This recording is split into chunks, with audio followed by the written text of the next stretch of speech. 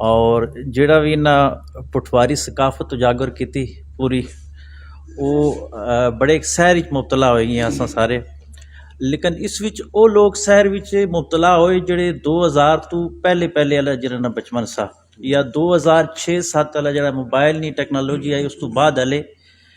ਹੁਣ ਸਾਡੇ ਕੋਸਾਰ ਵਿੱਚ ਜਾਂ ਪਟਵਾਰ ਵਿੱਚ ਇਹ ਵਾਲੀਆਂ ਚੀਜ਼ਾਂ शायद तुसां ये बड़ी खिदमत की थी। मैं समझना साड़ी सकाफत नहीं कि आने वाले वक्त च लोग शायद 8-10 साल बाद पढ़ी तय समझ कि होना सा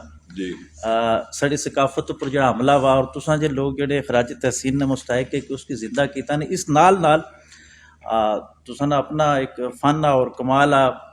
जिस तरह फनी लोगों इस उपर गल की, लेकिन इस नाल जिहड़ियां चीज़ां रिप्लेस हुई इस नाल पंज गीटे नाल क्या रिप्लेस वा वो जड़ा चिंदो नाल क्या रिप्लेस वा उसना भी अगर नाल तस्करा होना तो यह और यह निखार पैदा हुआ। शायद तुम अलग लिखी हुआ वो भी अगले हल्के में फिर अच्छा है, लेकिन बड़ा लुत्फ आया कि तुसा माजी की जड़ा वो हाल नाल जोड़ने तो मुस्तकबल वास्ते पटवारी ज़बान एक बड़ी खिदमत की थी। अल्लाह तुसा की सलामत रखे।